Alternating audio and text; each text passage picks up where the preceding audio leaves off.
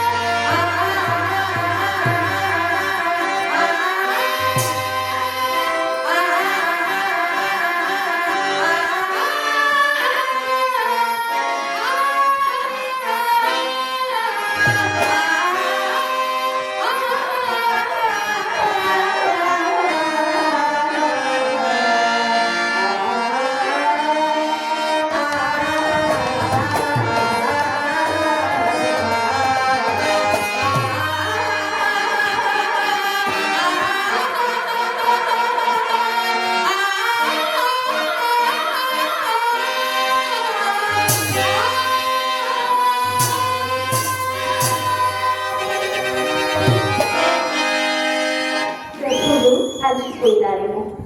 పాత్రపోషణము చాలా చక్కగా ఉన్నది. ప్రతిరోజు నాటక కళలు కూడా ఆరి తేరినారు. మరి ఆ మహత్తు దేని ఎడలైన నీ మధురమైన దరహాస చంద్రికలలో తొలగిసలాడుతున్నది కానీ నాలో ఏమున్నది బాల? నా కలతేమి కానీ నీ అలుక తీరినదా? మగవుల అలక మగవారికి ఆనందదాయకమే కదా. మరి గుళ్ళు స్వామి మగవాళ్ళ అలక మగవారికి ఆనందదాయకమే కాదు, అది మగవాళ్ళకు ఆనందకరం, సంతోషకరం. అందుకే కాబోలు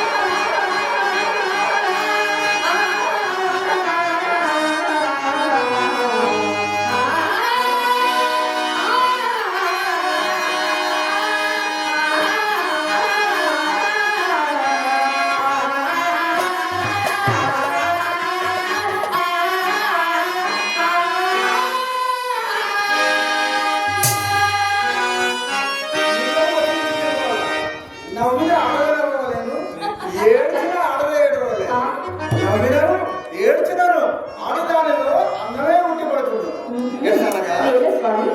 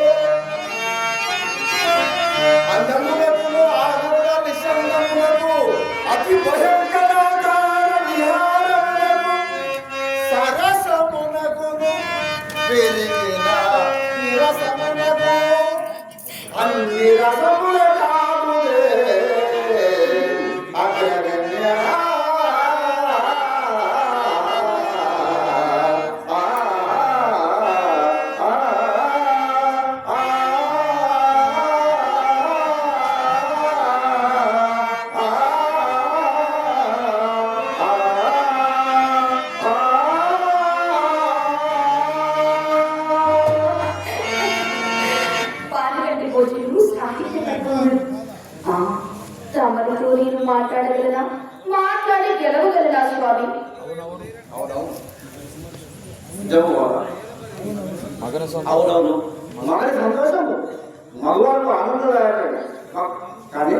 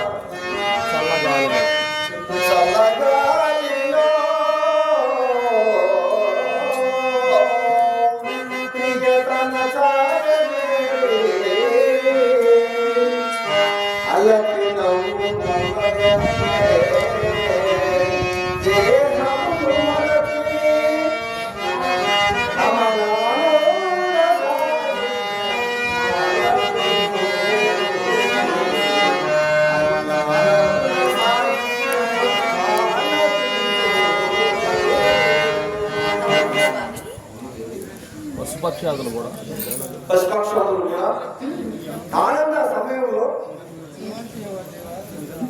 నిరంతర పశుపక్షాదులో సైతం ఈ ఆనంద వాయులో సాహిత్యం గుర్తున్నారు.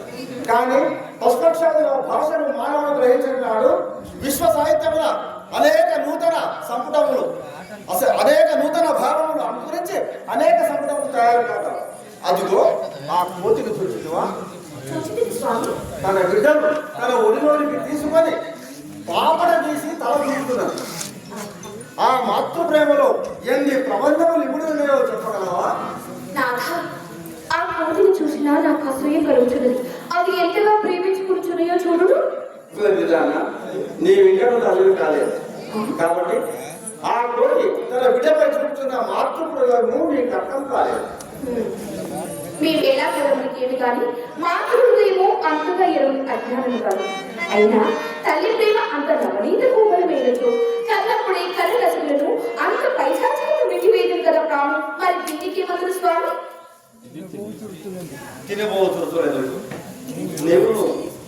నీవును అలివి కాబోతున్నావు కదా. కొడుకును బియ్యాల్లో పొడగబెట్టి లాలి పాడినప్పుడు నీకును ఆ మాతృ ప్రేమ ప్రాంతంగా అర్థమైంది. అవును స్వామి, అంత మాతృప్రేమ అంత గొప్పగా అయినచు కన్నప్పుడే కన్న నసుకులను అంత పైచాచికంగా ముందు వేయలేదు కదా ప్రాణం. మరి దీనికి ఏమంటారు? ఇది పెరుగుదల సందేహం. కానీ ఈ సృష్టి రహస్యవంతులు నీ సందేహంలోనే ఇప్పుడు ఉంటుంది. స్వామి, నీవు వేసిన ప్రశ్నే నీ ప్రశ్నకు సమాధానం.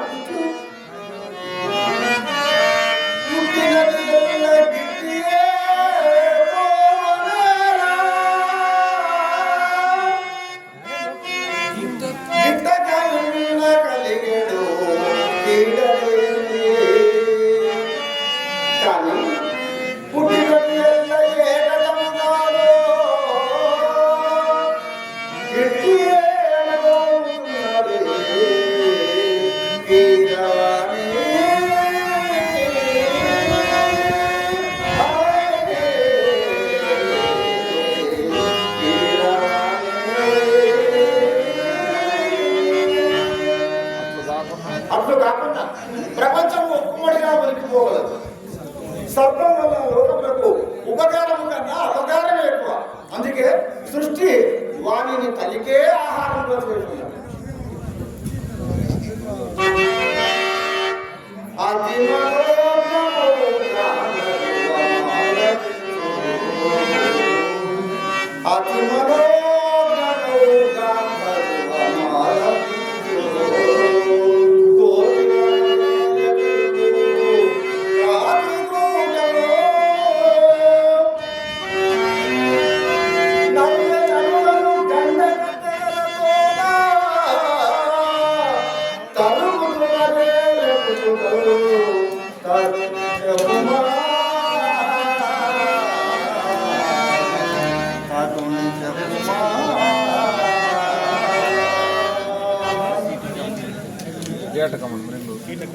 కీటకములు మిగబోతున్న కప్పను కప్పను తరుగుతున్న పామును నెమలి వేటాడుతున్నారు. పామును వేటాడుతున్న నెమలిని గోయవాడు వేటాడుతున్నారు. నెమలి వేటాడు మాట్లాడుతున్న పోయేవారిని పెద్ద బిగర్ చూస్తున్నారు. సృష్టి రహస్యం ఇంతే. తత్వచింతన వేడి తమిళగైకి ఉపక్రమం రావాలి మని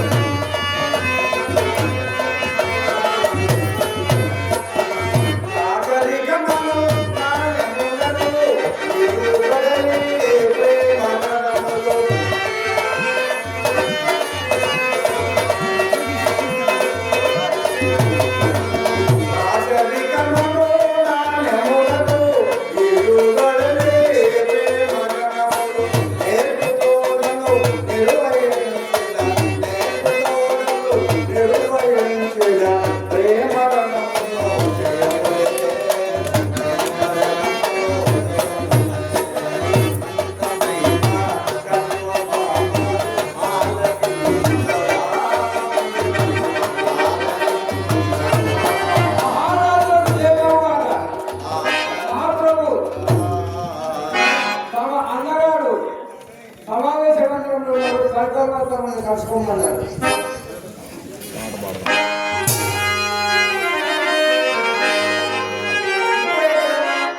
అంతపురం నుండి వచ్చినాము.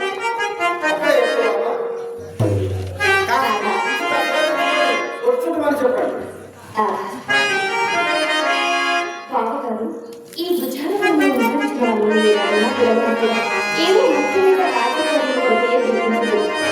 స్వామి వాళ్ళ రాజకీయ కార్యమేదో తెలుసుకొని రావడానికి అనలను దర్శించవచ్చు.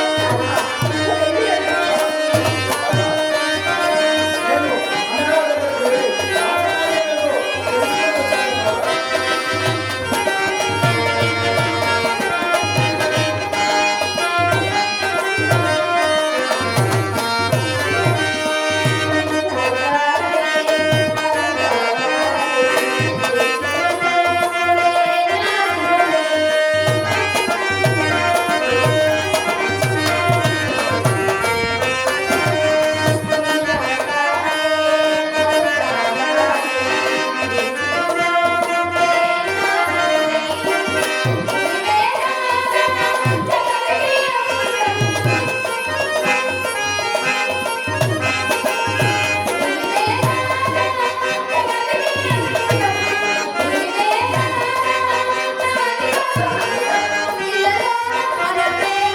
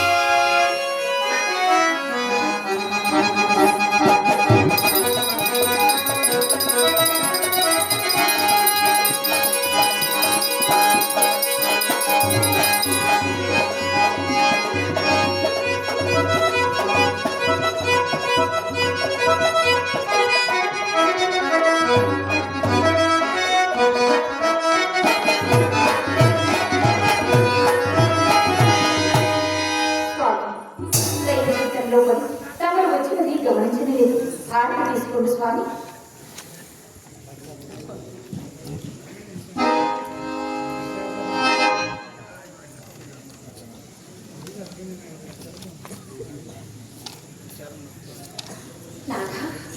తమ వదనము నేడెందుకు విచారగ్రస్తమైనది? సేవకురాలు కారణం అడగవచ్చున? విచారములకు తగిన కారణం లేకపోలేదు. నీకు విచారణ? అవును.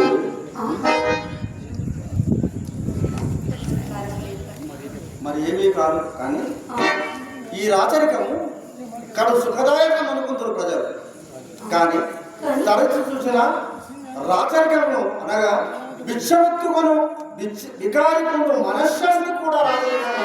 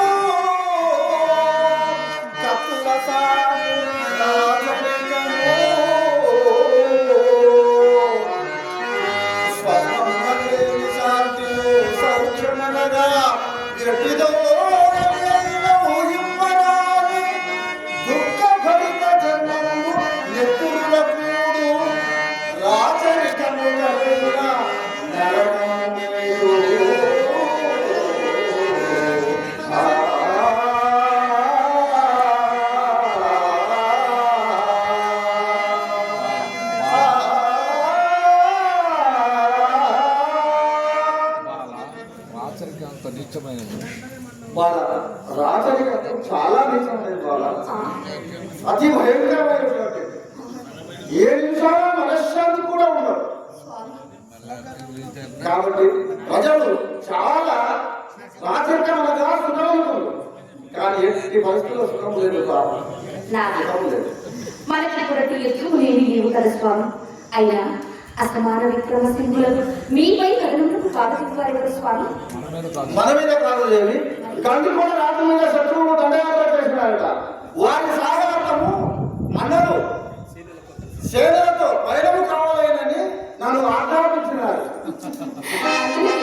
విచారము మరి ఏమో అనుకుంది.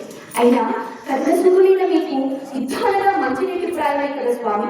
మరి విచారం ఎందుకు? యుద్ధంగా మాకు విచారం లేదు. బాలుడి చిన్నప్పటి నుండి రక్తంతో తక్కువతో ఆటలాడుతా చిన్నప్పటి నుండి మాకు వెన్నతో పట్టిన విద్య. అవును దేవి.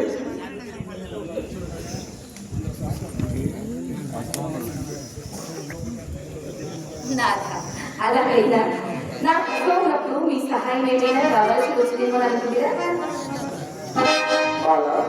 కానీ నాథ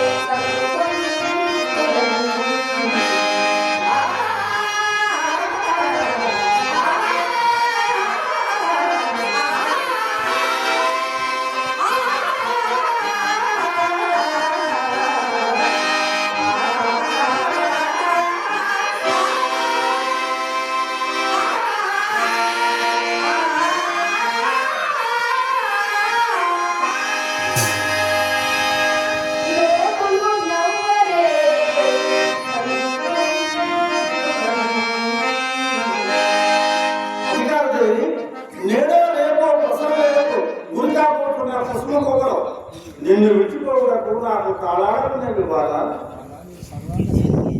నాన్న, మీకట్టి విచారణ చేయక్కర్లేదు స్వామి. మనము మన రాజ్యము పాడులోని ఆటైనా వస్తువు గంటల నగరతలో పెట్టుకొని కాపాడుకుంటున్నారు. విచారణ మాని శత్రు సంహారణకై స్వామి. బాల, నీవు సర్వోన్నతుడైన అతనివే కాదు, శక్తి భీకరమైన శక్తి స్వరూపుడివి బాల.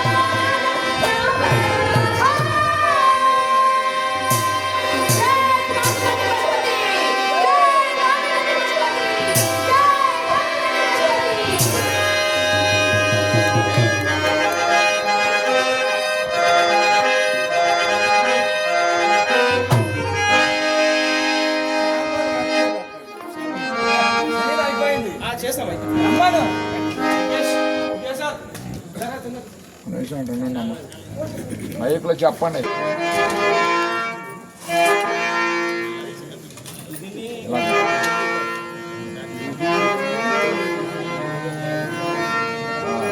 ఇక్కడ బాగుంది. ఇది గీసిన గీతం ఎన్నడూ నీవి దానిని దాటిపోకు సుమా. ఇది నా జ్ఞాపకము, నావే ఆజ్ఞ పాటించుమా. త్రితమానీకము సూర్యచంద్రులను ధాత్రి మాయి విశ్వేశములు సుధవి నీకు రక్షణగా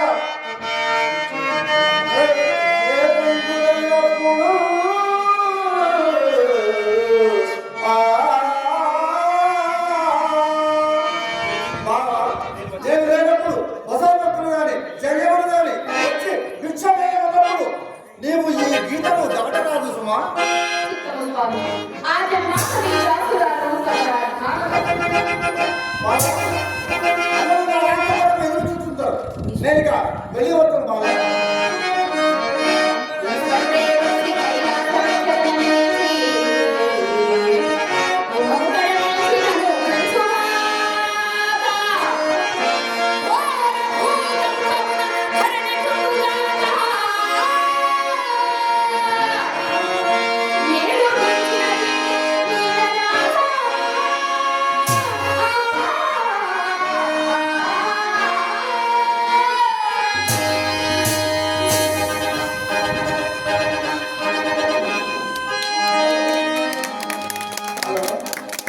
ఇప్పుడు తాతగారు అమ్మగారు ఏళ్ళ చెరువు